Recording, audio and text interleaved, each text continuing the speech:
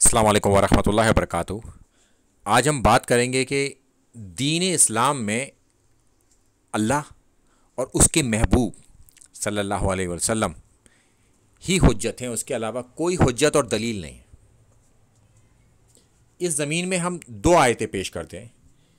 सबसे पहले हम पेश करते हैं पॉइंट नंबर 9 कि अल्लाह ताला फरमाता है तमाम ईमान वालों को एड्रेस करते हुए, ए ईमान वालों, अल्लाह की अताअत करो और उसके रसूल की अताअत करो, और जो तुम में हाकिम हो, हुक्मरान हो, उसकी अताअत। यानी कि तीन लोगों की अताअत करनी है, अल्लाह की, उसके रसूल सल्लल्लाहु अलैहि वसल्लम की, और जो तुम में हुक्मरान हो।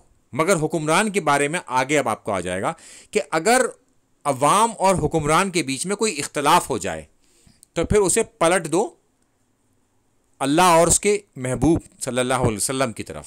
तो आज की तारीख में हमारे पास क्या है? किताबुल्लाह। तो हम उसे किताबुल्लाह की तरफ पलटेंगे और उसकी तफसीर की फॉर्म में हमारे पास सही सनद के साथ हदीसें मौजूद हैं। तो हम किताबुल्लाह और हदीस की तरफ पलटेंगे उसे, यानी कि अल्लाह के रसूल सल्लल्लाहु अलैहि वसल्लम की सुन्नत की तरफ पलटेंगे और फिर वहाँ से फैसले को अखज़ करेंगे। अगर तुम अल्लाह पर ईमान रखते हो और क़यामत के दिन पर ईमान रखते हो, ये तुम्हारे लिए खैर है, इसमें अच्छाई है और अच्छा अंजाम तुम्हें मिलेगा इससे। तो इससे हमें पता चला कि अगर हुक्मरान से भी इख्तलाफ हो जाए तो पलटना किसकी तरफ है? किताबुल्लाह और अल्लाह के रसूल सल्लल्लाहु अलैहि वसल्लम की सुन्नत की तरफ, जो सही हदीस की फॉर्म में हमारे पास मौजूद है। तो असल में जो हुज्जत है वो अल्लाह और उसके रसूल सल्लल्लाहु अलैहि वसल्लम।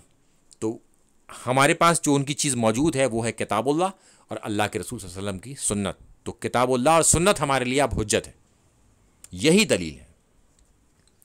फिर अल्लाह ताला फरमाता है अपने महबूब सल्लल्लाहु अलैहि वसल्लम से कि आप कह दीजिए कि अगर तुम अल्लाह से मोहब्बत करते हो तो फिर मेरी अताअत करो। यानी कि अल्लाह से मोहब्बत का मतलब है कि अल्लाह के रसूल सल्लल्लाहु अलैहि वसल्लम की अताअत करना, और अल्लाह तुमसे मोहब्बत करेगा, फिर अल्लाह तुमसे भी मोहब्बत करेगा। यानी कि अताअत करनी बहुत ज़रूरी है। यहां से आपको पता चलेगा अताअत की इंपॉर्टेंस क्या है। और तुम्हारे गुनाह भी माफ़ कर देगा, और अल्लाह तो माफ़ करने वाला और बड़े रहम वाला है। फिर अल्लाह ताला आगे फरमाता है, और आप फरमाइए कि अल्लाह की अताअत करो और उसके रसूल की। अगर वो मुंह फेर लें तो फिर अल्लाह ताला काफिरों से मोहब्बत नहीं करता। यानी कि अल्लाह के रसूल सल्लल्लाहु अलैहि वसल्लम हमसे मुंह फेर लें तो फिर अल्लाह ताला काफिरों से मोहब्बत नहीं करता। हम कुफ्र में फंस जाएंगे अगर अल्लाह के रसूल सल्लल्लाहु अलैहि वसल्लम की अताअत ना करें। आज हमने क्या कर रखा है कि हमने ये बता दिया दुनिया को कि 4 इमाम हैं और इनमें से किसी एक को मानना है, इसकी पैरवी करनी है। ये कहीं मौजूद ही नहीं है कि 4 इमाम होंगे और इनमें से किसी एक की पैरवी करनी है। इमामुल अंबिया तो अल्लाह के रसूल सल्लल्लाहु अलैहि वसल्लम है, उनकी पैरवी करनी है हमें, 4 इमामों की नहीं। जिसकी बात कुरान और सुन्नत से मिलेगी हमारी सर आंखों पर, और जिसकी उसके खिलाफ होगी हमारा उससे कोई वास्ता नहीं। हम उसका वजन नहीं उठाएंगे अपने ऊपर, क्योंकि हमारे अपने ही गुनाह काफ़ी है हमारे उठाने के लिए, हम दूसरे की और उठा लें। तो इस तरह की कोई दलील नहीं है। इमामुल अंबिया इमाम आज़म मोहम्मदुर रसूलुल्लाह सल्लल्लाहु अलैहि वसल्लम हैं, तो उनकी पैरवी करनी है, ना तो कि 4 इमामों की। अब एक इमाम कहता है कि सूरह फातिहा पढ़ी जाए, दूसरा कहता है अगर किसी ने पढ़ी तो उसके मुंह में कॉलर रख दिया जाएगा। तो कैसे हम मान लेंगे? यानी कि दोनों की बातें अलग अलग हुई। तो 4 में से किसी एक को भी पकड़ लेंगे तो दोनों में से एक ही सही होगा ना। हम पकड़ेंगे अल्लाह के रसूल सल्लल्लाहु अलैहि वसल्लम की, उनकी अताअत करेंगे। उनकी अताअत करने का हुक्म है, ना कि 4 इमामों की अताअत करने का हुक्म। तो हम उनसे देखेंगे कि सूरह फातिहा के बगैर तो नमाज ही नहीं होती, नमाज कोई सी भी, उस जनाजे की भी नमाज हो।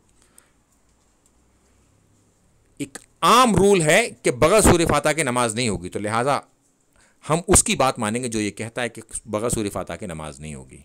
उसकी बात हमारी सराखों पर, क्योंकि उसकी बात किताबुल्लाह से और अल्लाह के रसूल सल्लल्लाहु अलैहि वसल्लम की सुन्नत से मिल रही है। क्योंकि जब हमारा इख्तलाफ हो जाएगा तो फिर हम पलटेंगे किताबुल्लाह और उसकी तफसीर सही हदीस की तरफ, तब उससे फैसला होगा, क्योंकि हुज्जत तो अल्लाह और उसके रसूल ही हैं। अस्सलाम वालेकुम वरहमतुल्लाहि वबरकातुहू।